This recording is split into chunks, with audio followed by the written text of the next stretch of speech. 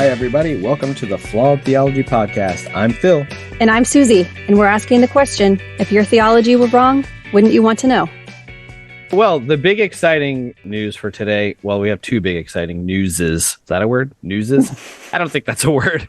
But anyway, so today is our season finale for season 2. And so we're excited to have gotten to the end of another season. I think we did 5 more episodes than we did in season 1. And we changed up the format a little bit from what we did the first season, figured out a few things as far as scheduling. And we actually stuck to our schedule every 2 weeks. We did it. Yeah, I was pretty pleased with that. So, except for that break we took in the middle. Yeah, that was like impromptu. We're like, hey, let's take a break just for fun. But yeah, that was cool. So for our season finale last year, we did a Q&A. And so this year we thought we would do the same thing, but we would mix it up a little bit. And so we are pretty excited to have I'm going to use the term celebrity guest co-host. She does not approve of that term. Yeah, she doesn't like it, but that's too bad. So we have Arline with us from the Graceful Atheist. So welcome, Arline. Hello, Susie and Phil. Thank y'all for having me. I'm excited. Yeah, so I'm going to not even pretend to not be fanboying. It's always fun to see people that you listen to or that you talk to every day on social media and then be able to talk to them in real life. So that's really fun. So thanks for being here. Absolutely. Yeah.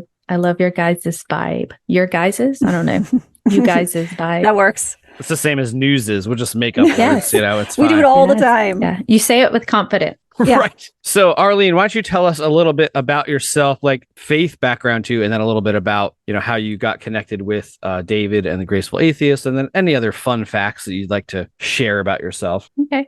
I did not grow up in the church. I became a Christian when I was in college, and then I met my husband through college ministry. We were super Christians.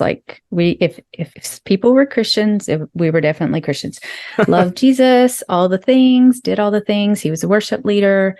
He was going to school to be a pastor.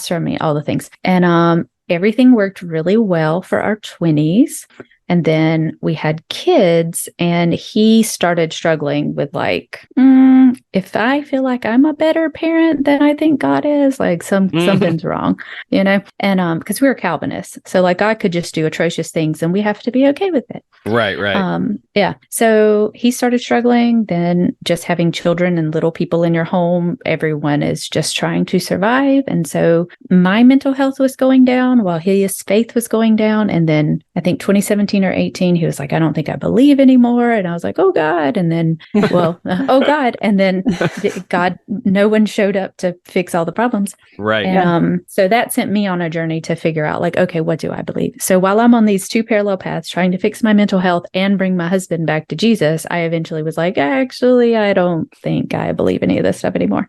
Right. Then COVID happened. It all kind of just happened at the same time. It just worked out well. And so we weren't going to church and COVID was happening. So I was you guys know Lars, what he calls rage learning. Yeah. I just rage learned all of 2020, Bart Ehrman stuff, anthropology stuff, evolutionary biology. Everything I had never learned, how religions get started, Karen Armstrong's work. And I was like, yeah, I definitely don't believe this. And one of the things I did was look up podcasts. I was like, I think I'm an atheist. I don't ? And so I looked up atheist podcasts and I found The Thinking Atheist, started listening to Seth Andrews. I liked his stuff. And then I found The Graceful Atheist and started listening to David. And I loved hearing people tell their stories. Loved it. In 2021, he was like, hey, I really need somebody to start a Facebook group. And I was not on Facebook at the time because Facebook. And because Facebook. Yes. Because Facebook. Enough said. Hashtag toxic. Yes. Oh, it's just the worst. And so I just sent him a voice message and was like, hey, here are the things I could possibly do. I've never done this, but here are my qualifications. And he was like, sure. We started the Deconversion Anonymous Facebook group. And now we have at or over 1,000 people. I'm not sure. And because David has tried to keep the tone of the podcast graceful and kind, that's the feel of the group. So people who are still deconstructing or people who are like, I don't believe any of this foolishness anymore, you're able to be in a place where you can post stuff and you can rant and be angry and people are compassionate, but you can also ask questions. And for the most part, people are kind and considerate in their answers. And so that's what I'm doing for David. And then I got to start hosting. He asked me if I wanted to try that. And I've never done anything like that. And that sitting across a Zoom type thing and someone being willing to tell pretty much a stranger so much of their story, and you get to be part of that. Like, it's very honoring, and a lot of times it's a lot of fun. And of course, you just learn from people. So yeah, so that's what I do, and it's fun, and I love it. Well, that's awesome. I was on there, I don't know, last year or 2 years ago to tell my story. And there was something really liberating about telling that story. And you're not trying to sell the story. You're just like, here, what's the story? Tell me, and I think that's really refreshing. And it feels so safe, like, especially with Arline. I don't know, it's something about her voice. It's very soothing. Yeah, it's that Southern charm. Yeah, exactly. You really have to put yourself in you guys know this, to just listen and like not have any kind of judgment about what the story, because some stories I've already talked to the people and know where it's going to go. And then some stories I'm like, I had no idea this was where we were headed in this story. Yeah. And you just let them tell it, and you just listen and be a container for their story. And yeah, it's a neat experience. Yeah, we've had a couple like that where like they take a turn and you're like, wait, what did you just say? And sometimes it's like something you might want to push back against too. And then you're like, okay, well, how do I push back against this, but still keep it like respectful? Our, method is kind of about like critical thinking and like, okay, well, how do we tie this back to the theme and the motivation of our show to being about critical thinking and asking dangerous questions, So yeah. Of all the guests that you've had and stories that you heard, does any stand out to you as like extremely powerful, and why do they stand out to you? Let me think. One, they're an Instagram friend, and their name is B, and they went from like super fundamentalist, I want to say homeschooled, I can't remember, but I'm pretty sure like homeschooled environment, all full on purity culture, no sexual activity until like way into, I think, 30s, to like loving their body, showing their body almost as nude as you can get on Instagram, and like watching people not just like deconstruct their religion, but deconstruct how their religion affected all kinds of other parts of their lives. And then not just being like, okay, I'm not going to let this control me anymore, but then being like as liberated as they can be. Like, I love stories like that. That's really and then cool. Thinking about different women's stories who spending their whole lives thinking they are not subhuman, but pretty close to it, like not quite as loved by God as the men are. Right. And then being able to just let that shit go. Yeah. Yeah. Just watching women be able to take ownership of their lives and no longer have to be controlled by others.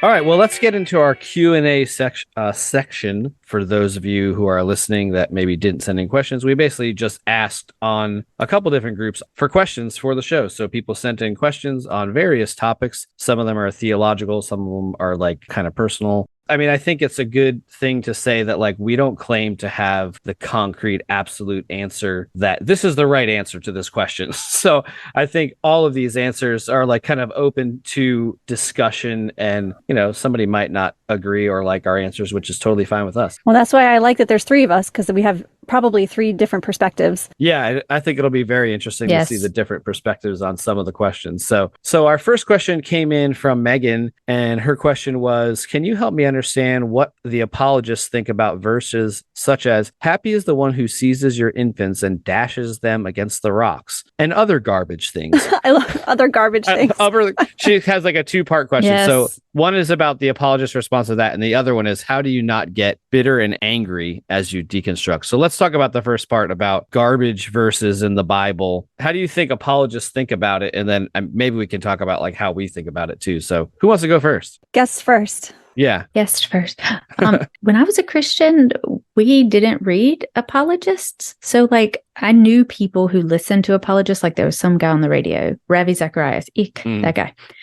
But I never read any of their stuff or listened to them. I don't know why, but I know as far as the pastors that I was under, a lot of times they just skipped stuff like that. Like some of those verses I didn't even read till I got a book called The Contemplative Skeptic, which is kind of like a short pieces about, I don't even know how to explain it. It was like, here are all the terrible things in the Bible. Those were the first time, even though I'd read the entire Bible, that I realized all of that junk was in there, because pastors that I knew, they all stayed in the New Testament, and they never talked about the really difficult Old Testament stuff. You had some of the big stories, and that was it. Right. Yeah. All the happy stories. And then Yeah. it's kind of funny because you hear some of those stories now and you're like, oh, I used to think that was such a great story. And now you listen to it, you're like, oh man, that story's fucked up. Like Noah and the flood is the one that kicks me in the ass every time I think about it. And Abraham and Isaac. Those are the two ones to me that I'm like, oh man, those stories are fucked up. Yeah, well, they spin them in such a way that you think that they're positive stories and it's exemplifies God's love. But they're defining love differently when they're talking about God than when they're talking about a human, like a parent love or a spouse love. Right. Yes. I remember feeling like there was an expectation as a Lutheran, like you fall in line, you have faith, you don't need apologetics. That's not for you. Right. You know, the expectation is that if you need apologetics, there's something wrong. So I don't even think I knew what apologetics was until I had talked about this before, but there was like a sermon series where it was like tough questions. The pastor mentioned the word apologetics and I was like, oh, what's that? I'd never even heard of it. So then I Googled it and that started kind of a landslide. Yeah, that's so interesting. That is. So like, did you ever hear a pastor in Lutheran world talk about this story and like give an explanation for it? No, but I did look in my Lutheran study Bible about this particular verse that Megan asked about. It said that since Babylon destroyed Jerusalem, then they wanted Babylon destroyed. And so they were pleading for God to enact revenge. And it was okay because God's doing the revenge, not the people. So it's not violating the verse that's like, do not repay anyone evil for evil. Right. Which I think it's giving God permission to do things that humans can't do. Yeah. It's immoral for humans to do, but it's fine for God to do. Yeah, that's interesting. There's always a way to like kind of explain away. That's kind of what apologetics is to me. Like, I don't think I got into apologetics until probably college or later. In Christian college, like you hear about like, okay, you got to be able always be ready to give an answer for the hope that lies within you. So that's kind of the motivating verse for people to get into apologetics. And then way after that, I got into apologetics. I found this pastor, I think his name is Philip Nelson, and he had a whole thing about apologetics at like the weekend retreat. And I was like, oh, this guy is so smart. He had all these apologetic answers for everything. That's when I started to really think, oh, I'm like an intellectual Christian because now I can use like logic and reason to defend stuff. And I could, like, I had all these logical arguments, but now looking back at them, I'm like, oh, wow, all those arguments were fucking terrible and they don't really hold any water. So I think the one that apologists would probably use to explain this verse would be, I think it's a fallacy called the appeal to authority. And it's one that's commonly used where you just say, oh, well, God is so much higher than we are. We can't understand the rationale of why he would maybe dash babies against rocks or why he would tell Abraham to go kill his only son or why he would kill everybody in the world in a flood. And we can't understand that because we're just lowly, sinful humans and his ways are higher than our ways. So those thought terminating cliches. Yes, that's what I was just thinking. It's a discussion ender because basically there's no way to have any more rational thought when someone says, well, you just got to have faith or his ways are higher than our ways. Yeah. I think that's the way apologists would probably handle a verse like that. Or they would say something like, oh, well, it doesn't really matter for doctrine. That's just like an Old Testament story. So who cares? You know, but like, it's in the Bible. Right. Yeah. Well, did either of you learn the idea of like looking at the Old Testament through the lens of the gospel or the lens of Jesus? Like the idea of like somehow God was kind and loving back then because we see Jesus now. So then we can look at those things through that lens. And I remember thinking, I mean, yeah, but it just still felt icky to me because the stories were so terrible. Yeah, there's a lot of crazy stuff in the Old Testament.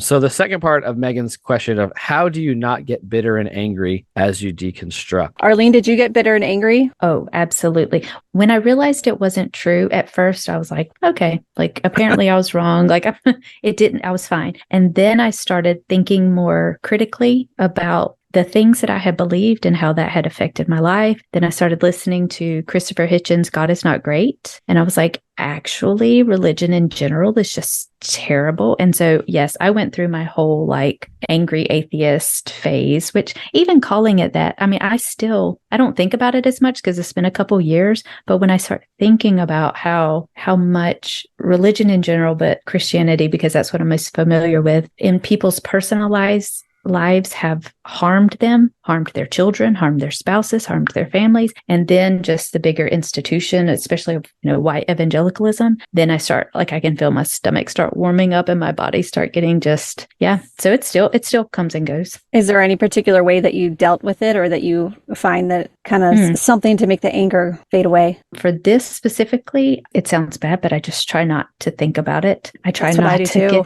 I have to step back from social media and not consume what all the Christian nationalism and all the things that are happening. I just have to step back sometimes, which I have the privilege to do that. It doesn't personally affect me as much as it does other people, but yeah, that's true. That's a good point. I do that too. I have to, at times, I need to read a book that's not about religion. I need to read just a fiction book. Just not think about being ex-Christian for a week. Right. And I think that's why Phil and I had to take that break in the middle of the summer, because we just wanted to enjoy our vacations and not have to think about this stuff. But I think that when you start to feel that anger coming over you and that bitterness is starting to consume you, just step back, take a breath, take a break from this kind of content. Come back later when you feel like you're a little more at ease. Mm-hmm. Yeah, yes. you can definitely limit your exposure. Well, some people can. Yeah, not everybody can. Yeah. Not everybody has the luxury of saying, "Oh, I just don't want to think about this." Because maybe they're living in a house with a spouse. They're married, exactly. Yeah, or their parents are doing this, that, and the other thing. So for me, I think it's important to recognize that bitterness and anger and whatever it's okay. Yes. I kind of view the whole deconstruction process through the lens of the stages of death and dying, in psychology. So there's a grief process, and anger is a part of that process. You can't stay in that phase, but it's certainly appropriate to realize that there's some stuff that we dealt with, and it's okay to be mad about it. And because we've been told for however long that anger is a sin, bitterness is a sin, there's going to be some aversion to being angry and feeling oh, I can't be angry about this. I just need to get over it. Well, we're not made like that. You don't just get over things, especially if you've experienced trauma. You don't just get over trauma. And I see this a lot. And when people post in the various groups, how do I get past this specific thing? I'm thinking of one particular person that has been in a lot of groups that is always posting about, I really don't want to believe this anymore, but what about if Paul blah blah blah? And you guys both know who I'm talking about. Yeah. And I don't know how many times I've replied to this guy, and I've talked to him privately too. I've connected him with a therapist and with Bart Campolo, trying to help him dude, you need to address your trauma, because you are not in a place where I can say, just stop consuming this content, because your brain will not allow you to do it. Yeah. You're allowed to be bitter at some point. As you progress through deconstruction, you're going to get to the point where it doesn't consume your whole mind space, and that's only really happens with time, I think. And it happens by replacing all that bad programming with new data. Yeah. Reading different books that kind of reinforce your new outlook on life, I think, are really important strategies to kind of get past that bitter and angry phase. But don't try to rush through it. Yes. Take your time with it, sit with it, and then at some point you'll realize, okay, hey, I'm not mad anymore. Yeah. And it doesn't mean at some point the anger is not going to come back, because you're going to see something that somebody does and you're going to be like, ooh, that makes me mad. Right. Especially when our lives are still so connected to other people, like our parents. Right. Yeah. Mm-hmm. And with family, there's so many other layers that are also there inside your body that have been there for a long time you have to deal with. That, yes. Yeah. Hopefully, Megan, that's a good enough answer for you. Feel free to, definitely ask follow-up questions on the Facebook group and stuff, and we can keep the conversation going there.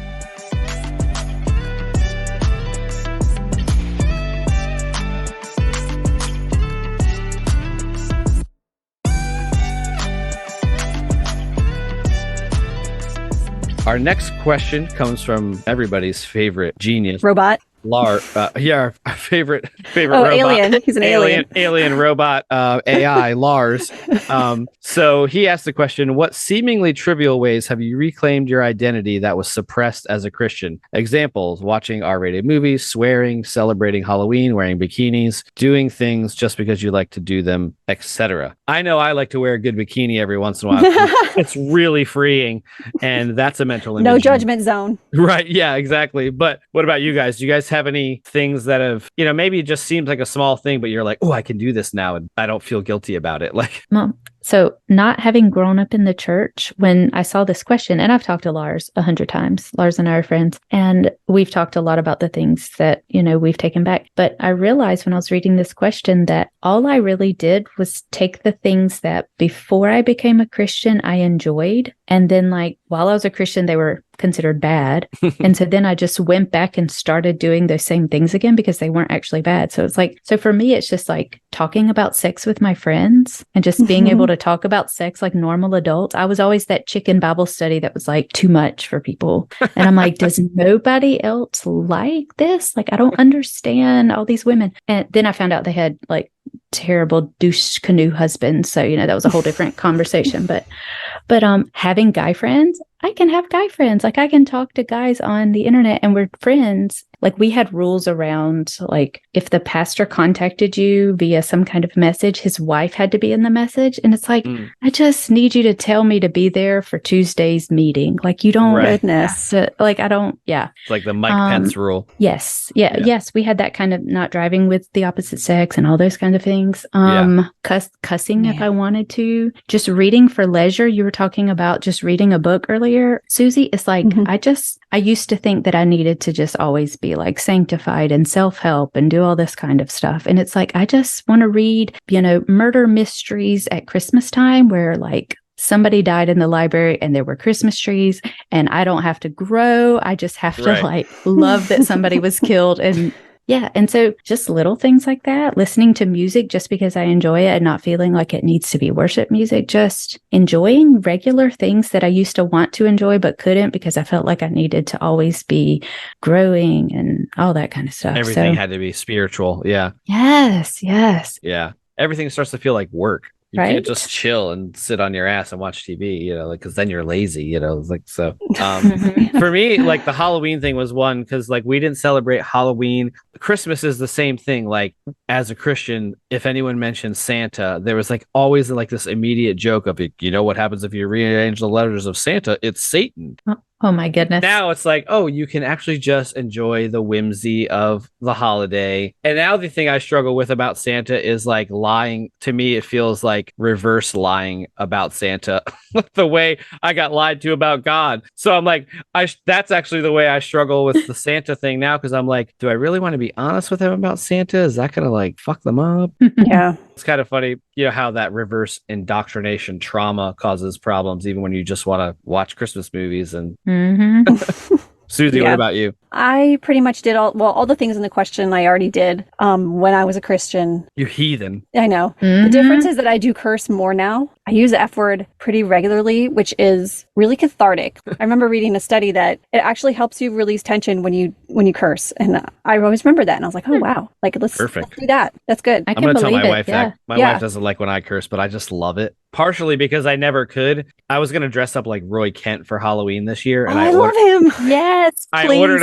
I ordered a freaking costume and the shorts were way too big, but I really was just excited about walking around and just going all day long. That's what Roy Kent does. But yeah, there is something that is really, really freeing about cursing. It is. Yeah. The other thing I do is now I say, oh my God.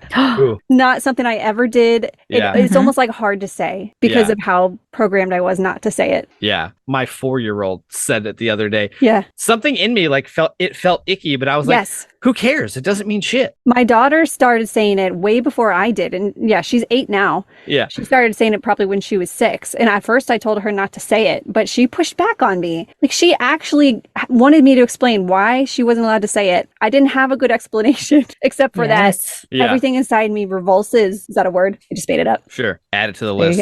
Yeah. Yep. Everything in me does not like that, but it's because of the way I was programmed. So I was all right, you can say it. I guess it's fine. Just don't say it around grandma and grandpa.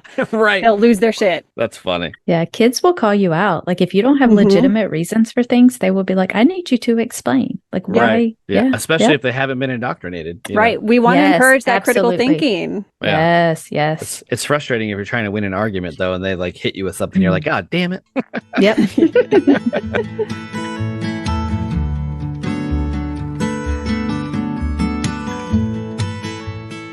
Next question. I would love to hear about books you recommend on the subject of dealing with leftover fear of hell. Also, which of the sects would you consider most insidious? That's SECTS, not SEX. And which, in your opinion, is more insidious than the majority of people realize? Bill.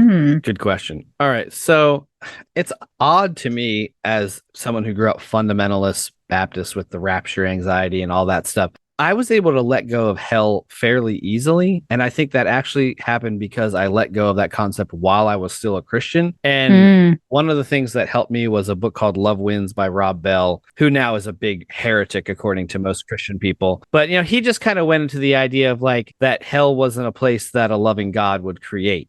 So I kind of let that go. And then kind of the more I've learned about like neuroscience, and we talked about this in our last episode, you know, about the evidence for the soul and the evidence for the afterlife, you know, like everything else, I was like, oh, well, there's no evidence for this stuff. So I don't have to be afraid of it anymore. Yeah. Those are two things that helped me. Like, what about you, Susie? For me, like once I know how something came to be, how it works, or like the nuts and bolts behind it, then I'm not intimidated by it anymore. And so I think just learning about where the belief came from, the book that you mentioned is good, but also Bart Ehrman has a book called Heaven and Hell. So I think that's a good one to understand where the belief came from. And then also the Wikipedia entry for hell in Christianity is really eye-opening because it kind of summarizes the hell belief of every major denomination of Christianity, and just seeing how they don't even agree on hell and what it is, where it is, if it's a physical place, who goes there. I mean, if they can't even agree on it, doesn't that really betray the fact that it's man-made? Right. To me, it does. Yeah.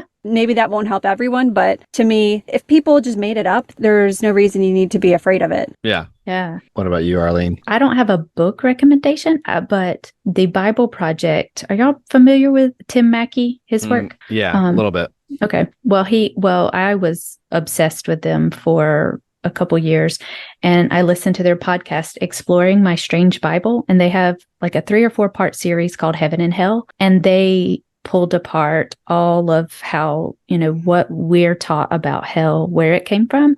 And so I was still a Christian and was like, oh, I can toss out hell. Now, it did also teach me to toss out heaven, that we didn't go off to heaven. So that was kind of a weird experience. But the Bible Project guys, I'm not entirely sure how they are still Christians, but somehow they are. But that series was fascinating. And so it helped me, to be able to see like how we got to the idea of hell that we have now, and how it's not biblical, but you know, whatever that's supposed to mean to people. Right. So when you were a Christian, you threw out hell, and then you also threw out heaven while you were still a Christian. So then what was left for the afterlife? Well, the way the Bible Project guys, they do a lot of N.T. Wright's work. And N.T. Wright talks about in Revelation, it's not that we leave to go to heaven, it's that heaven comes here. And so we get a new earth and all that. And so that's what we're supposed to look forward to. And so that blew my mind, but I was cool with that because I didn't grow up in the church. So I didn't have all the indoctrination quite like a lot of people had. So I was like, okay, cool. I'm here for a new earth. Like, I'll take it. Right. So, yeah. What's your take on the most insidious sect? And I don't think this has to be like an official group, but like, what do you think are some of the most like gross perversions of Christianity? Like, there may be some fringe sect of Christianity that I'm just not familiar with that's doing just atrocious things. But for me, I think the most insidious is just white American evangelicalism as like a whole, because it has power and it has money and it has voting blocks. Yeah. And it can harm. Yeah, it can harm entire groups of people very easily in, 50 states. And so I feel like as long as it's got that kind of power and money behind it, that it's just as a whole, until it pulls apart its racism and homophobia and sexism and all the things, it's going to continue to be the worst of the worst, in my opinion. You're right about that. That's kind of what I think too. The Christian nationalist, white evangelical thing is definitely the most dangerous, I think. And for all the reasons that you said, like there's a lot of versions of Christianity that I would look at, and I would look at all of those and say that all of them have things that are insidious and bad. I'm starting to realize now that I think progressive Christianity is just as insidious because it just basically ignores all the shit that Yes. is really the foundational stuff of what most of Christianity is, and says, oh, well, we don't believe that, and that's not the God we believe in, and blah, blah, blah. But your whole thing is still based on that, and you're just cherry picking. That's got different wrapping paper on it, still is the same shitty present. Like, yeah, it feels intellectually dishonest. Yeah. At least fundamentalists are like, yes, this is a bigoted Bible verse, and we are bigots. Right.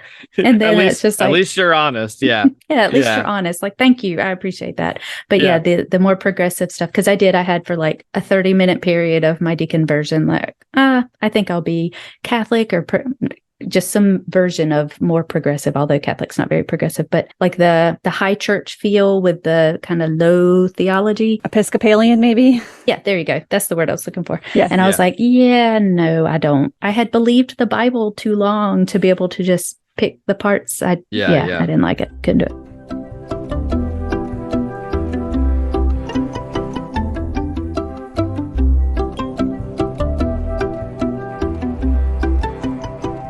All right, here's the next one. My question is how to cope with the stress after leaving religion. A lot of people pray when things are going bad because they feel that faith will relieve stress. I think it would be good if you could share strategies for dealing with emotions like fear and anxiety without religion. All right, who wants this one? Yeah. All right, go. I'll take it.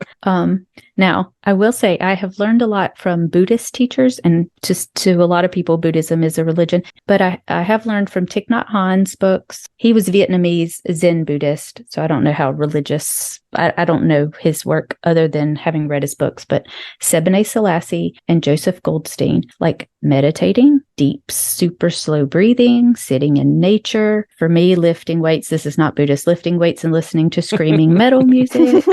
Doing my own screaming, like for me, just things that physically calm my nervous system down, whatever that looks like. There are certain songs that were like from my childhood that are just happy memories, and so they calm my nervous system. And then realizing how like everything's physical, it's not supernatural. I just need to calm my nervous system, and I need to get stuff out of my body. So like if there's stress or something, I need to scream or run or lift a heavy circle, some kind of like physical activity. And then I can eventually feel better. It's not magical, but it helps, I guess, get it out of my body. That's how my kids call it. I just need to get it out of my body. Yeah. When we did our episode on prayer, we talked about how prayer can actually help relieve stress because it does all those things that you were mentioning, like slowing your heart rate, focuses your attention on other things instead of what's causing you that anxiety. But like you said, there's other ways you can achieve that without prayer. My daughter's in therapy. I've gotten her in therapy because, well, she's been diagnosed with some stuff. So I've learned a lot about anxiety, and it's like your body's alarm system. And so your body's like telling you, like you said, get rid of this stuff that I'm feeling. It needs to come out of my body. We're learning about this thing called grounding, which is a self-soothing skill that you use when you're experiencing overwhelming feelings or intense anxieties. What my daughter's therapist tells her to do is like even just suck on a little hard candy, like a sour candy. That'll ground you. It gets your attention away from whatever you're feeling, resets you. There's also this method called the 3-3-3 method, where you intentionally take in information about your environment. So you look around. So what are 3 things that I can see? What are 3 things I can hear? What are 3 things that I can touch or move? And that just resets you and grounds you. And obviously, disclaimer, this is not therapy. Yeah. If you need a therapist, go get secular therapy. These are just some tips that I've come across. Yeah, those are like really good. I like that anxiety. I've got anxious kids too, and like we've done like some therapy. We've got psychotropic drugs flowing through one child, and my 6-year-old has like lately gotten very like explosive about things. So I'm gonna try some of that grounding stuff with her because I could see it. I could see it working with her because she's actually able to process, the anger. She gets really angry about stuff really quickly. And you're like, okay, you need to just come back down to earth here. Yeah, same with my daughter. Yeah. Yeah. So my first response, of course, is therapy.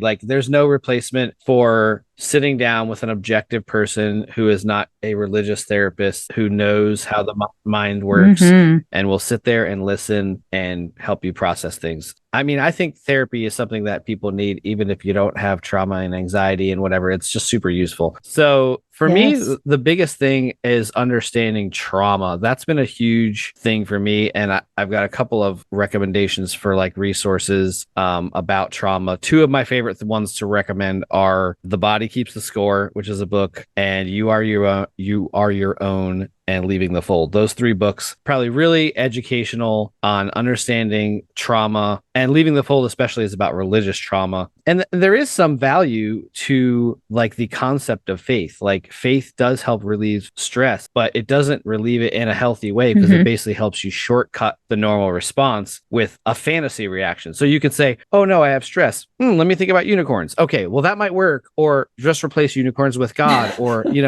you can be in a stressful situation and somehow you can say, oh, God is in control. And that does calm you down if you really believe that. But it's not based in reality. Yeah. The other thing I think is important is to realize that any hard thing that you dealt with as a Christian and that you got through, you did that because of you. Not because you prayed, not because you had faith. It was because of you. It didn't kill you. I mean, I hate to quote a Kelly Clarkson song, but what doesn't kill you sometimes makes you stronger. It was you. It wasn't like faith. It wasn't God. It was you. So tapping into the things that the strength that we have inside of us is important. And then understanding that fear and anxiety are learned and conditioned responses, and they've been used against us when we were Christians. The fear and anxiety was something that Christianity and religion used to control you. And so now when you have fear and anxiety, you feel like, oh, I can't have these emotions. But they're normal human emotions. You're allowed to have them. And in some situations, fear and anxiety are good. Fear is an important thing. It is a preservation response. Like if there's someone in your house, you should be afraid, and then you should do something to, relieve the fear, like run away or beat someone. Unless they belong in your house. Yes, I meant an intruder. Sorry. I guess I should have clarified that.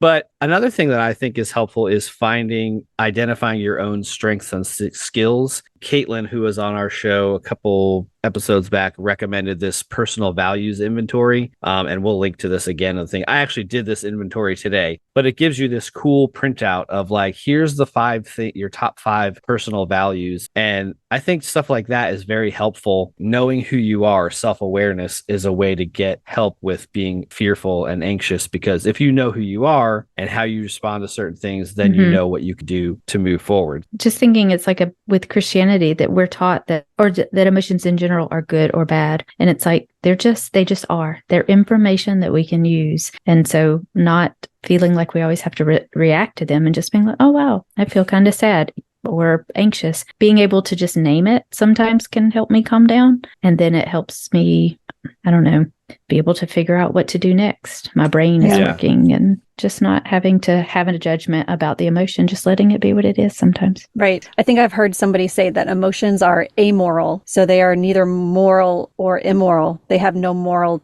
value, I guess. Yeah, I like that.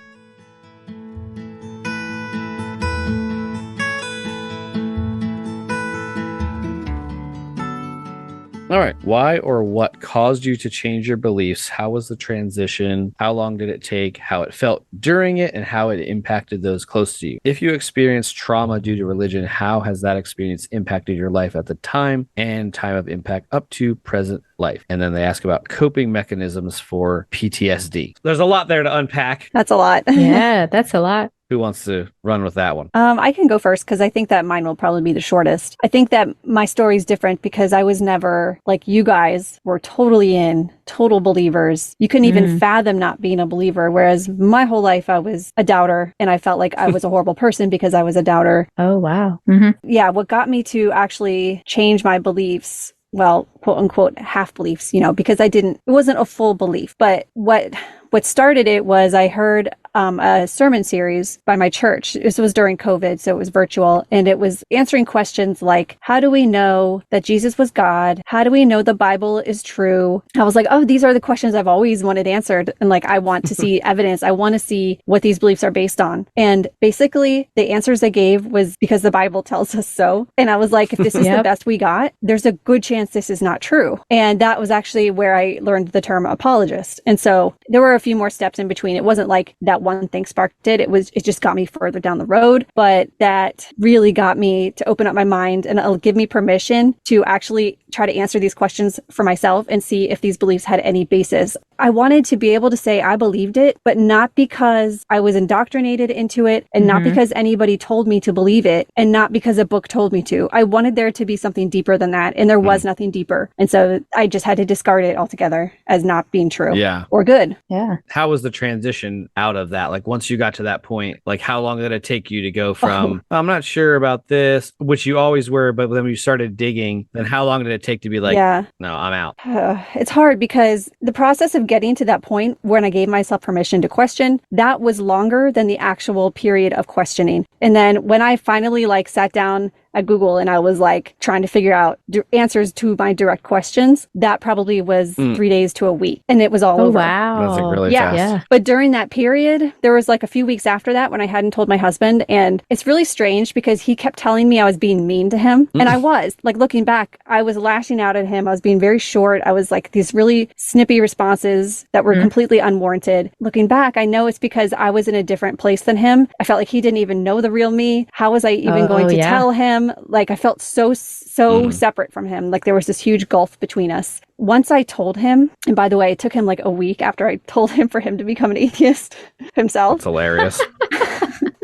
After that gulf was gone, and I was nice to him again. It's like without even trying, it just healed that. Yeah, it's very weird, but that really does manifest. Like if you have that space between you with your loved ones, you think maybe they don't even know who I am. That really manifests in a lot of unexpected ways. Well, that's interesting. I think for me, it was like a death of 1,000 cuts, which I think a lot of people would say. It's funny because I've actually tried to write down like the deconstruction timeline, because I think I was deconstructing before I even knew it. Even when I was like deep into it, I started getting these little prods where I was like, something's not right here. And like I've told the story before, but like the first one was I was going to be a worship leader for this like progressive type worship gathering that my Baptist church was going to try to launch like a program. There was this movement in the church a few years ago that was like about ancient future worship. And it was like connecting to like the rituals of religion, but then also making it experiential, which I thought was really cool. So they decided they were going to try to do this. And I was like, wait, everything I've read about this is a natural organic thing that happens. You can't just like package it in a box and make it happen. So I started kind of challenging the pastor about it, and that's actually like why I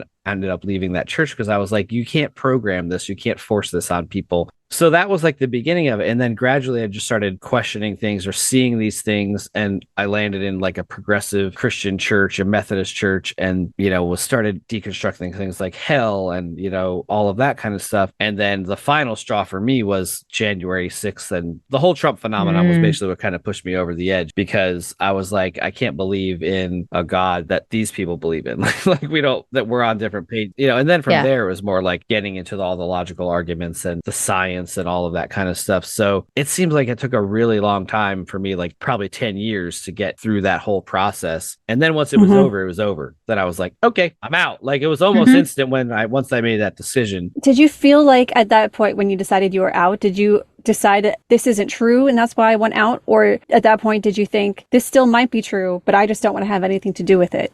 I think it was kind of a mixture of both. There were certain things that I really didn't think were true, but there was also part of it like, well, maybe it is true, or maybe there's aspects of spirituality that have value, but like there's no way that I could accept Christianity in the form that I had lived before. So, I kind of went down the slope maybe of like, okay, well, I could be spiritual, but not religious. It's kind of like a cover. So I don't think I got to the point of like thinking things weren't true until after I had actually decided I was out. Once I started to kind of look at the logical arguments for the existence of God or the science behind evolution, none of which I'd ever been taught because I grew up in young earth creationism, so once I got to that point, now if I tell people, I'm like, well, the simple answer is there's no and I got this I've been listening to debates lately, and Arline Raw's favorite freaking response to everything is like, there's no reason to live a life that is not based on things that are evidently true. And I'm like, that's it. That's a perfect explanation of, okay, why don't you believe this anymore? because there's no reason to live your life based on something that is not evidently true. What about you, Arline? First, and I love to,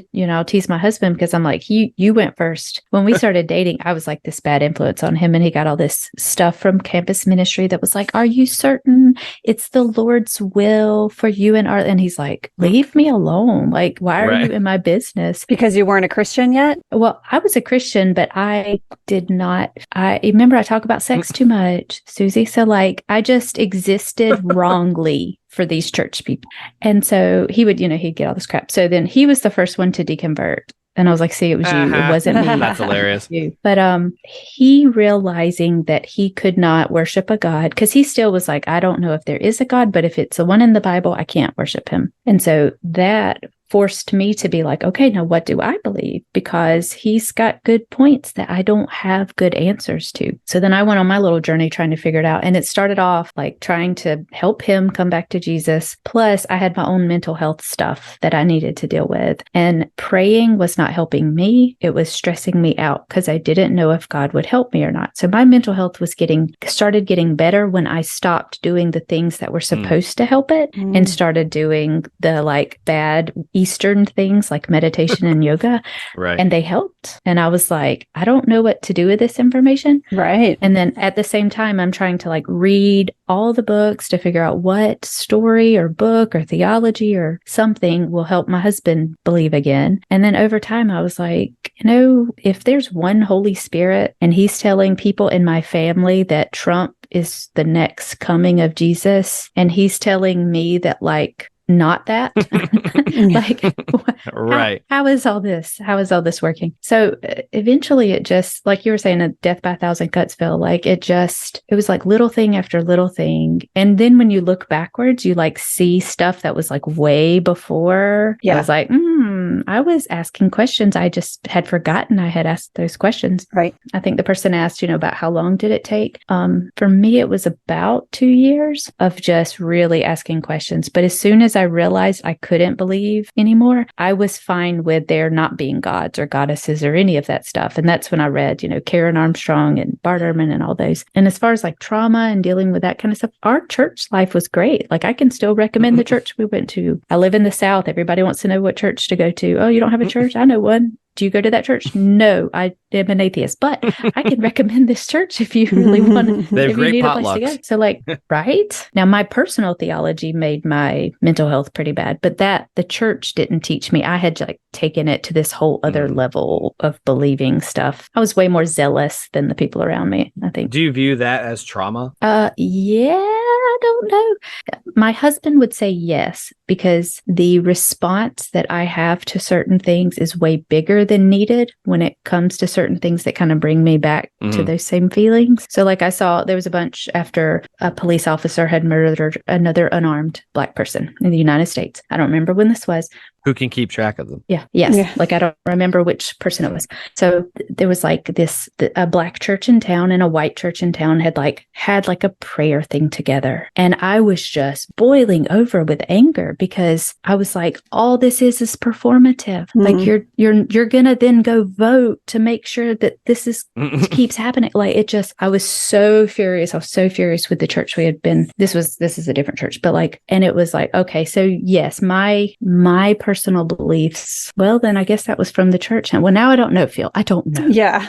We're in therapy right now. Yeah.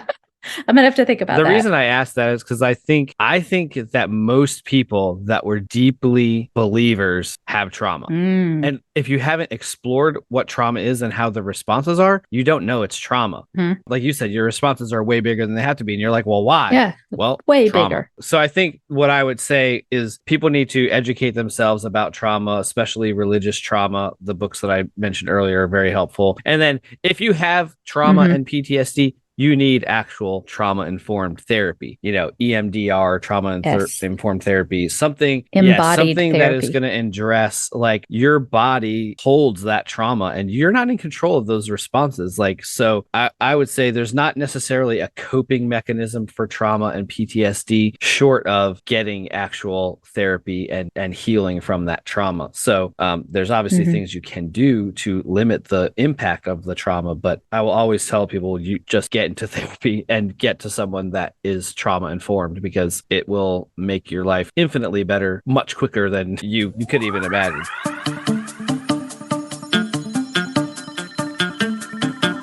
Okay, next question. How do you find solace in death without belief in an afterlife? It's one of the biggest questions I turned to religion for a long time. Who wants to go?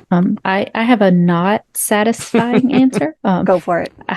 So when I was a Christian, the idea of an afterlife was stressful because I knew I was going, but I wasn't convinced a lot of my family were Christians, and my dad has never been a Christian. And so everybody I loved, besides like my husband, was going to hell forever and ever and ever. So the idea of an afterlife was like, this is heartbreaking. I don't want to go to heaven and all the people that I love not go with me. And so whenever I no longer had the heaven to look forward to or the hell to worry about, like 2019, my mom passed away, and I was like, I am so glad I don't believe in that anymore, because I don't have to wonder, is this horrible thing happening forever and ever and ever to my mom? So that's my not satisfying answer, is that like, I was really glad that it wasn't going to be a thing. And I'm okay, even from the beginning. And maybe it's because I don't know. I've never been close to death. So as far as for myself, so maybe I just need to have that experience to be more afraid of it. But I'm fine with like just not existing anymore. Mm-hmm. I feel like my children will remember me for a while. My husband will remember me for a while. There's my legacy. And then after that, like, most people just aren't remembered, and that's okay. Have you seen the movie Coco? Oh, girl. Oh, when Mama Coco starts singing, I will just my gosh. Yeah. I can't watch that movie without crying at the end, especially. Yes. Oh. Yeah. It's a fantastic movie. It's so good. Yeah. I think that's funny because I was the exact opposite of what you just said. I thought I was going to be the only one going to hell and my whole family was going to be going to heaven. Oh yeah, I knew that if I didn't turn it around and find a way to truly believe, then I would be going to hell. Oh, and I always wished that there was a way to opt out of the system. Like, okay, God, I know I'm probably going to go to hell, but instead of that, can I just opt out? Like, I just wanted a button I could press to be taken out of this cosmic test and just live my life and minding my own business. I just wanted God to leave me alone. Wow. Yes. I could see the appeal. It would be useful. Yeah. I mean, we just had an episode about this. So if you haven't listened to that episode yet, we kind of go into this at length. But for me, I think the solace in death without believing in an afterlife is once I got to the point where I didn't see any evidence for afterlife or heaven or hell or any of that stuff, then I was kind of like, it doesn't matter. Mm-hmm. If I cease to exist, whatever, great. And I think it's a Mark Twain quote that said, the universe has existed for billions of years before I was here, and it will continue to exist for billions of years afterwards. And like the blip on the radar that we are 80 or 90 or 100 years, is essentially insignificant in the grand scheme of the universe, which maybe to some people is depressing, but without having to worry about afterlife and knowing that you're not going to live for eternity in heaven or hell, then you can say, okay, well, I'm going to make the most out of the time that I have here. I'm going to work to make the world a better place. Yes. Even if maybe it doesn't matter in the long run, but at least for the time that I'm on the planet, we're going to love as many people as we can, make the world as good as it can possibly be, leaving a legacy, because, your kids are going to come after you. And that's kind of what matters, like what your kids do after you're gone is important. So that's kind of how I feel about it. Like it was somewhat freeing to not have to worry about eternity. Yes, it's a long time. I feel it's kind of freeing. Yeah. And I can enjoy today. I can put all my effort into the things that I used to have to feel bad for being so important to me. Like God was supposed to be first, Jesus was supposed to be first. And now it's like, I can enjoy my kids. I can enjoy my hubby. I can enjoy teaching little kids, reading a great novel. Like I can enjoy all those things, and I can put more effort into this life. There seems to be complacency among evangelical, at least white evangelicals, as far as like, well, it's all going to burn. And it's like, how about we not completely forget that the generations ahead of us, that are coming, they're inheriting this planet. Right. That's why they don't care about climate change and any of that stuff. Because it's like, well, none of that stuff matters because it's all going to get burned up and there's going to be a new heaven and a new earth. Well, once you realize that's all bullshit, then you're like, oh, we should probably make the planet as good as we can here so we don't have a hellscape of an existence on the planet while we live here, Right. There's a level of privilege to that thinking because like there are other ethnicities that are Christians who are like, actually, social justice, climate change, all this stuff needs to be important because we're being affected by it. You guys may not be thinking think you're Right. being affected by it, but like your brothers and sisters in Christ, whom y'all don't seem to care about, are being affected. Yeah, climate change might not be affecting us in middle America, but if you're living somewhere where the freaking ice caps are melting or they're getting violent storms all the time, well, guess what? That shit matters to them. It does, yes.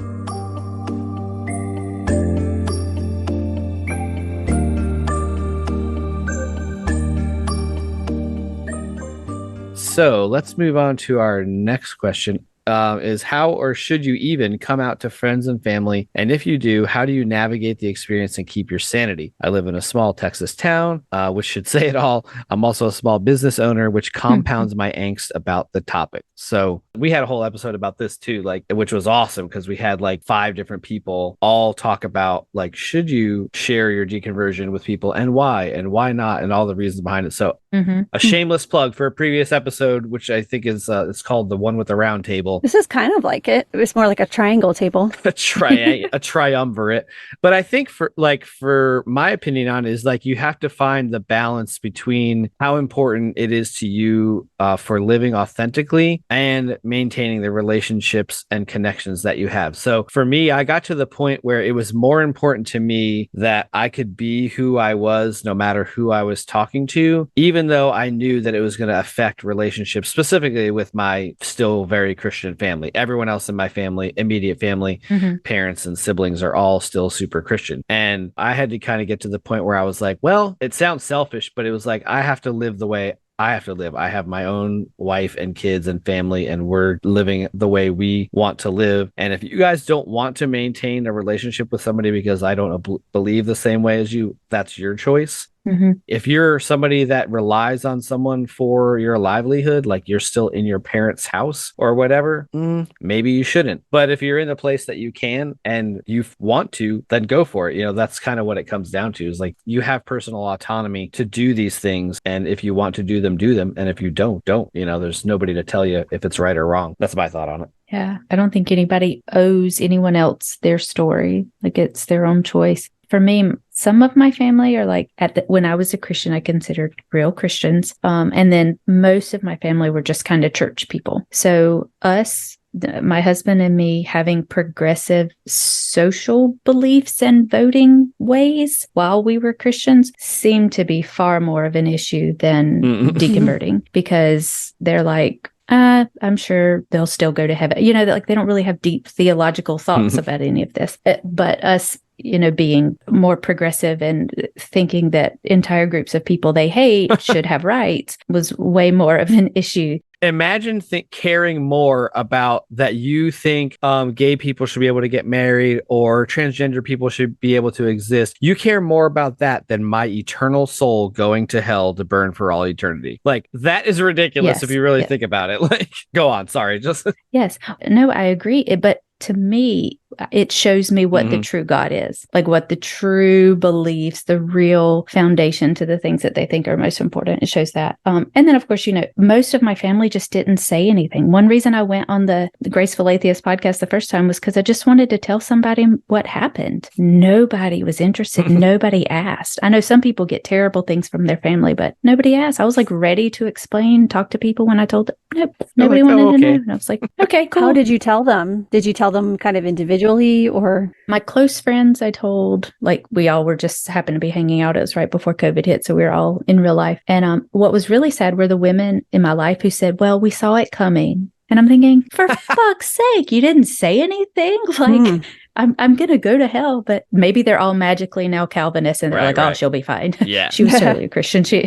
And then my family, it was kind of individually just because we don't live near family. And then, and they just were kind of like, okay, that makes me sad. That was a big thing I heard. That makes me sad. And I was like, I'm open to questions. Not a question. No questions. Yeah. Seth Andrews, he's always talking about how people have a right to be authentic and to live an authentic life, because a lot of times we as ex-Christians don't want to be very vocal or tell people because we don't want to impact the relationships with our Christian friends and family. But he's like, they are living their authentic lives as Christians. Why can we not live our authentic lives as non-Christians? And I think that's very meaningful to me. But at the same time, there's lots of implications if you are financially dependent on somebody, or you have your safe spaces within a Christian household, so you can't give up those safe spaces. Don't come out before you're ready. And also you evaluate the emotional toll it's going to take on your loved ones, but don't use that as an excuse to not do it. Like, I know for my mom, I just learned today that she cries every day for my kids. I didn't know that,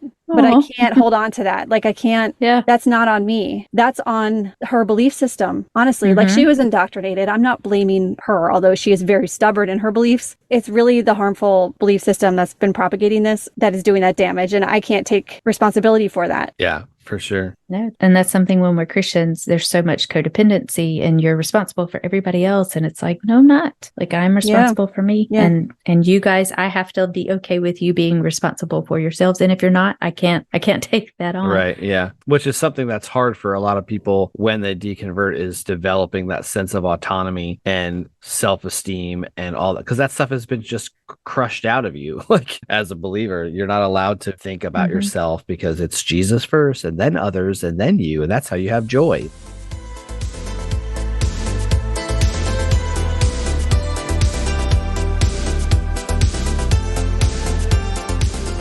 Why are women second class, quote, quote, and why do they accept that? The whole serve your master, obey your husband as the man wishes is swallowed by so many women, smart women. Religion is just so highly macho, and being told from birth that you are there to serve must be so hard to recover from. For those who managed to escape, when was the seed planted that women are people too? And what was the last straw that allowed you to get out? This was something that always bothered me from like day one. So there was no seed that was planted that women are equal. It was like always there. And I was like, wait, there's something wrong with this belief system where it says that I need to submit to my husband. Like, what is that about? So yeah, just that was an indicator from very early on. But I think that a lot of women do accept this because first it starts with indoctrination. Little girls are injected with these ideas when they are very small. They're easier to accept when you're small, and they're harder to get rid of if you grow up with these ideas. And so then not only are these ideas implanted when they're young, but they're told that these ideas are from God, like the God, the creator of the universe, and that if you don't obey this God, you're going to burn in hell. And so there's like a huge consequence for not internalizing this misogyny. Okay, so then thirdly, they make it seem like it's not so bad. Like, I've heard these platitudes like, yes, you are submitting to your husband, but he has to take care of you. He has to put you first. And in that way, you're kind of submitting to each other. Or, yeah, you're not allowed to work or have a career. You can't have your own life. You have to have children. You can't make your own choices, but your role is different. Your role is special. You have these special talents that the man can't do. And so that's why you have this specialized role. It's not that you're less than, it's that you're different. You can do things like cleaning sinks that men can't do because housework is gendered somehow. Right? For some reason.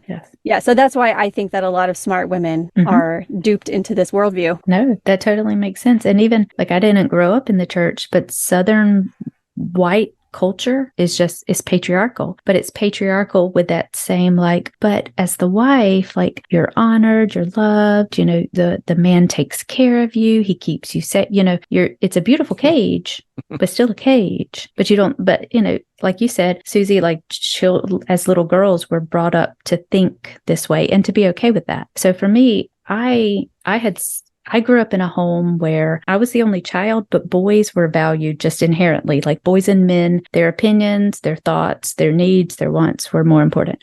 So when I became a Christian in college, complementarianism was just like, oh, well, see, God has ordained what I had already been taught, that men are just inherently more valuable. Of course, they never say that. Of course they don't. We just complement each other. But so I swallowed it and I believed it. It wasn't until, I think back to the books that my husband and I had, like, we had Biblical Manhood and Womanhood, and we had all these like very thick theological books telling us what I can and what they never had lists of what my husband couldn't do, but they did have lists of what I couldn't do and things I could do. But But it wasn't until a friend of mine, she was a Bible study chick, I highly respected her brain. And so whenever she's talked about women preaching, I was like, okay, I need you to explain how you're okay with that, because this is my first time being exposed to this idea in a way from someone that I respected. And she gave me this long voice message. It was like 10 minutes of all these different things. And that was the first time I was like, maybe this isn't true. And then that sent me on my own, like reading all things feminist theologians and womanist theologians and dropping a lot of the internalized misogyny. Not all of it. I still have a lot of things that I realize. There's a feminist author, and I can't remember her full name. She's a Nigerian author. And she talks about if you have a problem with something when women do it, but you don't have a problem when men do it, it's not that you have a problem with that thing, it's that you have a problem with women. And so now I pay a lot of attention to like, oh, it only bothers me when they do it. That's on me. That's me figuring out the internalized misogyny. But yeah, eventually, like you said, when you're told that it's God's will, it's God's way, it's the best thing, then you'll believe it, even if you're in like just the worst situation. If you also have the theology of suffering, then it's like, well, this is just my lot. This is how I glorify God. Oh, it just gets layer upon layer upon layer for women. How did you guys both kind of escape that? Well, I was never really in it too much. So for me, I just started externalizing, if that's a word. Yes, is that that's a word? Yeah, that's a real word. Okay. I started externalizing the internal thoughts I was having about why the biblical thoughts about women are wrong. And like, I'll freely tell that to like my sister who, my sister has told me in the past that when she was getting married that, oh, this is God's will that women need to submit. And that's the secret to happy marriage. And even then, I was still a Christian and I was like, no, that makes no sense. Like, I do not believe that. I guess I've just been more outspoken about it, but in my marriage, it's always been equal. So I never had to worry about that. Like my husband's great. So I don't know. What about you, Arline? So the way I deal with things is I just read all the books. Like my husband's like, did you really just order all these books? I'm like, yep. I don't even know why I ordered them because they came in from a long time ago when I listened to a podcast. For me, I read Dance of the Dissident Daughter by Sue Monk Kidd, which was like my first exposure to just thinking of God in the feminine. And I was still a Christian. But just reading that was my first exposure to that kind of thinking. Then eventually I read like something about biblical womanhood. I have to look at the title. It's a Christian book. Oh, no, not Rachel Held Evans. This is a newer book. It just came out a few years ago. But it was pulling apart biblical womanhood, showing how it's like, this is not a type in the making of biblical womanhood. Now that it's a Christian book, but she's pulling apart all the theology. And then Cassandra Speaks, which just talks about the way religion, all the way back to the Greek myths, is all about misogyny. It's all about men telling the stories and the women, it being their fault. And so it was just little thing after little thing, even when I was still a Christian, that I was like, yeah, I can't believe this stuff anymore. Which then when it starts pulling apart things that you thought were biblical ways to exist in the world, it's like, okay, what other things did they make up and tell me were biblical that I read in the Bible and saw as biblical and turn out, no, not really a thing. See, it's a slippery slope. When women start reading, they start getting ideas. Yeah. Yes, I love it. You quoted Gaston. That was fantastic. Thank you. Yes. I was listening to a debate today between an atheist and a Muslim, and the Muslim kept saying that the patriarchal foundation of all the traditional religions is what makes society thrive. And he was trying to explain this, that patriarchy was a good thing. Like a lot of Christians will say, oh, well, patriarchy doesn't exist. This person was saying, oh no, patriarchy is great. And it's why it's like good. Was it Daniel? Yeah. It was Daniel, whatever. Ugh, that guy's the worst. He was debating Aaron Ra, and Aaron Ra's just looking at him like, you're a full-fledged lunatic.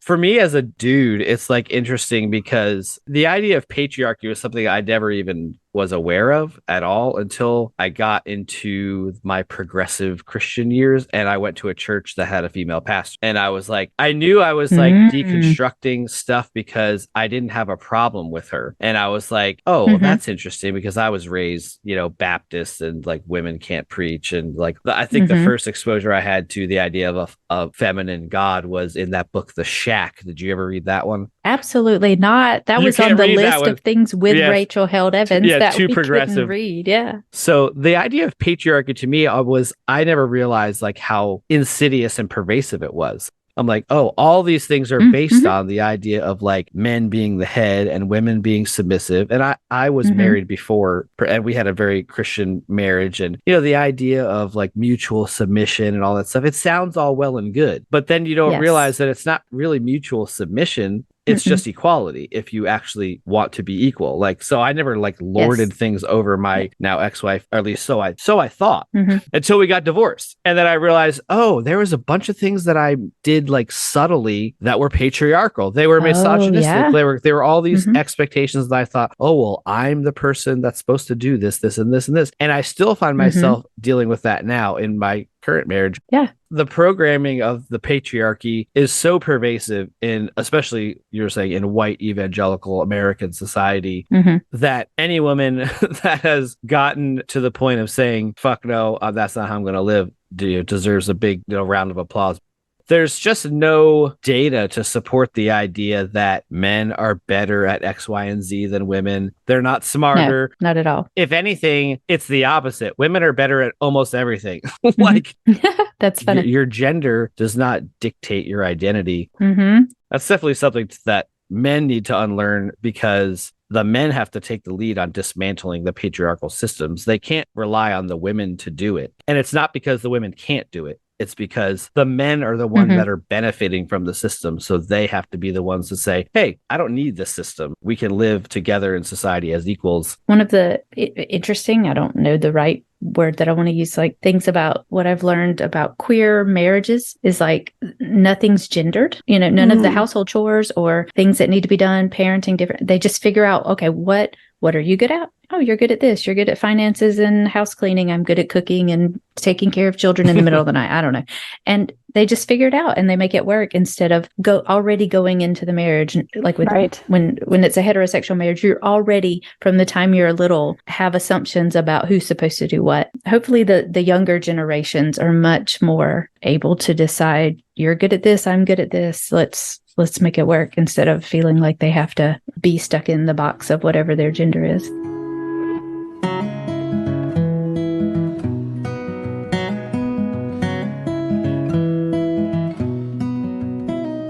All right, I think this might be the last question. All right, this is from Mitch. I think he's a new member to our Dangerous Questions group, so I hadn't seen him post before, but he's posted in there a couple times. So he asked the question, given that the evidence suggests that humans have no soul and therefore no free will, we might have to talk about that. How should we change the way we treat each other or treat others or hold them responsible for the harm we do or they do? Yeah, the harm they do. Well, let's talk about the humans have no soul and no free will thing first. What are your guys' thoughts on that? I did not do well in philosophy in college, but it seems like a not necessarily logical sentence, like just one being the therefore, I think throws me off, having no soul and therefore no free will. Okay, there's no evidence people have souls, but like I don't feel like that has anything to do with like free will and that whole conversation. But y'all talk more about this. I didn't really know what to do with the sentence, so I was going to just talk about the idea of free will. I think what he's getting at is like free will is something that is somewhat of a myth. Like everything can be predicted by neuroscience. Like, okay, that I can get behind. And Susie referenced a study that they did with basically they could predict someone's response like 12 seconds before they had it. And actually, I was talking with Alex about this today, about the idea of free will, that literally with enough data, anything can be predicted. So the idea of the soul being connected to free will, I think it's what separates us from the animals, the soul / free will. Oh, gotcha. Okay. I don't accept the concept really of free will from the standpoint of the way a Christian views it, because if God was omniscient and knew all this stuff was going to happen, then man truly doesn't have free will. I think I have a slightly different perspective on this question. What I think he's asking, and maybe we should ask Mitch. What I think he's asking is that given that humans have no soul, then everything happens in the brain, and then the brain determines your behavior, your actions, and your personality. We can't control that. And especially like how we know things like neurotransmitters and hormones affect behavior and aggression. Like, how can we hold people responsible for crimes, violent crimes, or assaults and things like that when we know that is biologically determined? And that's something that I've always thought about, even as a Christian, like learning in school about brains and how they work and how they influence behavior. If Christianity is true and we're judged on our our morals and our ethics and our beliefs, but our brains that were given at birth that we have no control over determine most of those things, how is this a fair system? Oh, well, that's like a totally different question, like, which is actually very interesting. So maybe we can answer this kind of both ways, because I was looking at it from the standpoint of like, if you need the motivation of the soul and the afterlife and all of that stuff as the motivation to do good, well, then you're just not a good person. Like, oh, that's interesting. That's kind of why I like the humanist philosophy and view it as the best way to live for society, because you're living with the idea of doing the most good for humans around you. But the converse side of that is like what Susie said, if you don't have any control over your actions at all, and it's all determined in your brain, well, what about when people do bad things or horrific things? How do you hold them responsible for it? So that's interesting. What do you think about that? I'll add to what Susie said. Like, not only do we have brains, I don't know that everything in our brain is already predetermined. I don't know. I'd have to think about that. But like, I mean, people live in under-resourced areas. People live in places where they can't get healthcare. I mean, there's so many variables outside of our control that like influence the situation we're in. Even, do you guys know anything about epigenetic? Yeah. Just the idea that like our DNA passed down to us was affected by the trauma that happened in their other people's lives. And so it's like, there are way too many things, too many variables that are part of why we make the choices that we make, or that we're even making choices, you know, how all that works. There's too many variables. So for God to judge us on that, okay, that's just terrible and bad. That's all. That's just like, don't do that. And then as far as us holding one another accountable individually, yes, like I need to think about this, understanding that if I were in that person's shoes, had their life experiences in their DNA, I would probably make those same choices. It doesn't always work, but if I try to think that way, I can be empathetic. Right. But then when it comes to like big, giant systemic things, like at least in the United States, money gets away with stuff that people without money just don't get away with. And so like, until that is not changed and fixed and made better, it doesn't, like, we're not holding people accountable. We're letting people get away with stuff, and then we're harming people who just don't have money to say they didn't do the thing, like, you know, or who just didn't do it but can't afford. All of it is so complex. Arline, have you seen The Good Place? Did you watch that? Yes, it's so good. Spoilers for The Good Place for listeners. Again. I know. It's like every episode I have spoilers for The Good Place. So I remember one episode where Eleanor, she was going off about the afterlife system and the afterlife points. She was saying how unfair it is because there are so many factors in everyday life that are outside of our control, and we're just doing the best that we can. I think when the example was like, you accidentally eat tomatoes that were picked by some migrant worker, that you get points deducted for that. But she's like, how can you make good choices when the system is this horrible? But I think that really opened my eyes to, we are all just doing the best that we can. And we didn't all start from the same level. It's not a level playing field. And so if God set this up, he has a lot to answer for. Right? Brene Brown, I don't know if you guys are familiar with her work. She says that there's research to show if we just assume people are doing the best they can with the resources they have, like, it's just good for our mental health and our physical health to just assume the best about people. Now, eventually, if they keep proving themselves to be acting a fool, then you got to make boundaries.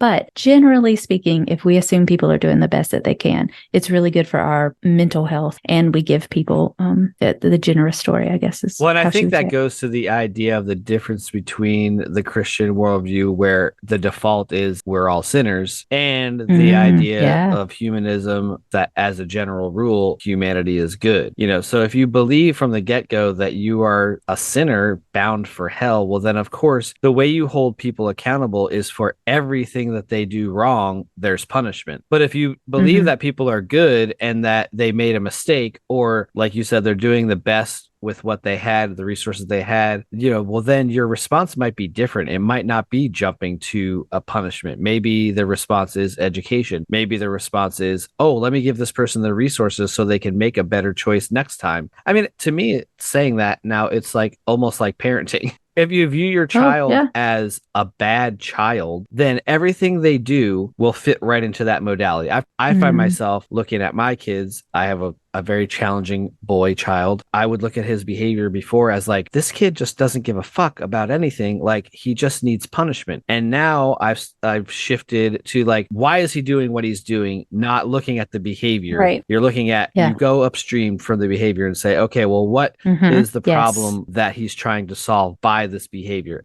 Same thing with all of humanity. Like, if you look at criminal behavior, quote unquote, amongst low socioeconomic communities or whatever, is prison solving the problem for a kid who has an ounce of weed that's 14 years old? No, he's not learning jack shit. Why does he have the ounce of weed? Because he's got 4 brothers and sisters at home and they have no fucking money and they haven't eaten in 3 days. So he needs to go and sell some weed so they can eat. I could hear people raging already. What do you mean? Like, it's against the law, blah, blah, blah, blah, blah. Yeah, but look at the system that created that situation. You know, there's a really good documentary about the prison system. I don't know if either of you seen it. I think it's called 13. Have you seen that? There's 13 and there's Slavery by another name, and there's a few different ones. Yeah. Susie, you're about to say something. It looked like. Oh no, I don't think I was. Say something anyway. Okay, thinking about what to say. Yeah, like the violent criminals and things. I remember reading when I took criminology class as an elective that there are more violent crimes and robberies and stuff committed when it's hot out versus when it's cold. And then there's also things like testosterone levels are correlated with aggression. I'm not sure there's causation, but it's definitely correlation. And I was just reading this study where they gathered some people who were aggressive and they would give them serotonin and then measure their aggressive reactions in a lab. And the group that was given the serotonin had like way decreased levels of aggression. And so if something as simple as a neurotransmitter like serotonin can decrease aggression, and aggression leads to these criminal behaviors and assaults and things, at what point do we blame biology? And at what point do we hold the person accountable for their free will actions? And I don't know the answer, but at some point there's a line, probably. I don't know. It's like, is it a spectrum? Is it a line? Is it like a sliding scale? I don't know, but that's an issue that I think I want to learn more about in the next few years. It's an interesting thing because, like, look at the things that are happening in the world that are just like horrific. I mean, for me, like the most horrific thing going on in the world is school shooting or any kind of like mass shooting. So my general response is like that all these people need to be held responsible for their actions because they took the lives of other people. So in that case, you view this person, I view those people maybe as inherently bad, you know, because they did a bad thing. And I can go upstream and say, okay, well, they have mental health problems. There's a lot of reasons why they might have done those behaviors. But does all of that then excuse that behavior? And what's the balance of like, how do you balance the idea of accountability and like whatever for someone who shoots up a freaking kindergarten classroom? And that's something you might describe as evil, like Ted Bundy, evil. And we don't believe in, or at least I don't believe in evil. Go ahead, Arline. I don't know. I would probably use the word evil, but I don't know that I believe, not in the terms of like demonic not a supernatural sense. Right. Yeah. But just the idea of like, this is a horrific thing that has happened. And there's a difference, I think, between like excusing behavior and explaining behavior. Like we can have like, here are some reasons how we got here. Now we need to figure out what accountability looks like. But like we were talking about earlier, with the systems set in place, depends on who you are and what the accountable. Will there be justice? Will there be accountability? Will the people who need help get help? Because that's there is a chick who was on the podcast last year before, who's in some of the same groups with us, and she talks a lot about like, in her opinion, there's a lot of, if you don't have access to mental health resources that are actually really good and helpful, like you can go all the way back to like the witch hunts and be like, okay, you guys just needed some like mental health guidance. And at the same time, the young men who've shot up different places, like it wasn't that they had mental illnesses. A lot of times it was like indoctrination of some kind of white supremacy or masculine and some toxic masculinity, you know, all these different things. So again, it just gets so complicated that it's like, there's too many variables to figure out what's. So I don't know. That's my answer. I don't know. I don't know that we've answered this question because I don't know that there is really an answer for it. I don't even think we know what the question actually is. Yeah, I mean, I think it's a multifaceted question, and Mitch, you know, maybe you need to get him on the show to talk about this kind of stuff. Good conversation. I think that's actually a really good last question because it demonstrates the shift in. Well, I got a hairball. I got a cat now, so I can have a hairball. It's fun.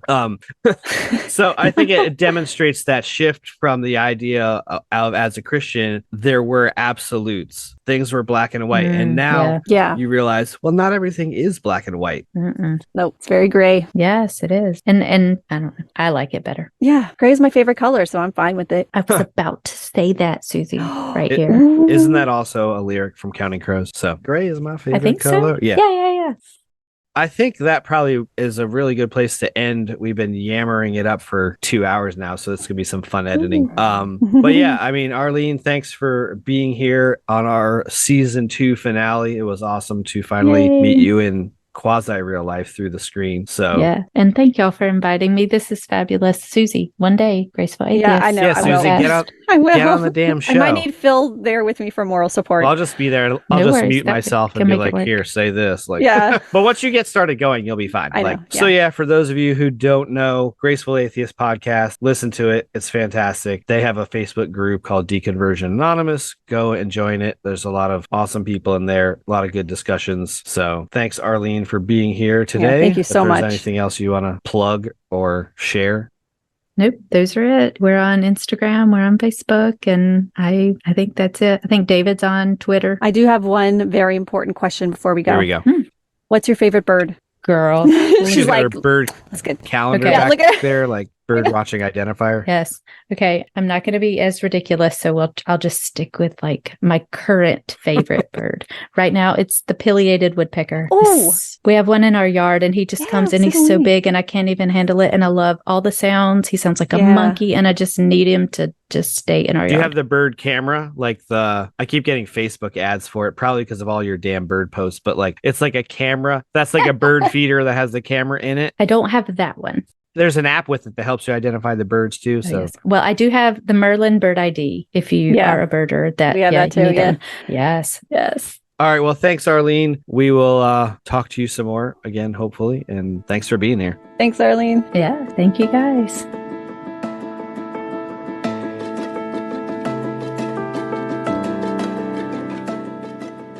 Thank you for listening to this episode and season of the Flawed Theology Podcast. I'm Phil. And I'm Susie. Tune in next time where we will continue to tackle the question, if your theology were wrong, wouldn't you want to know? Make sure to join our Facebook page, Dangerous Questions. Follow us at theflawedtheologypodcast.com.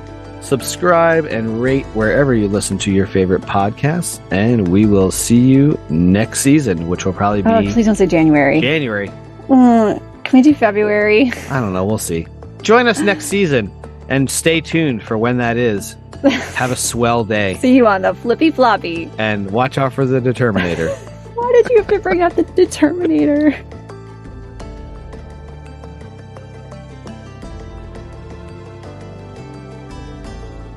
All right. Hey, everybody. Welcome to the Flawed Theology Podcast. I'm Phil. And I'm Susie. Let's not do that part. And Susie forgets the tagline in every episode, even though we've been doing this for 2 whole years. Yep. So that's cool.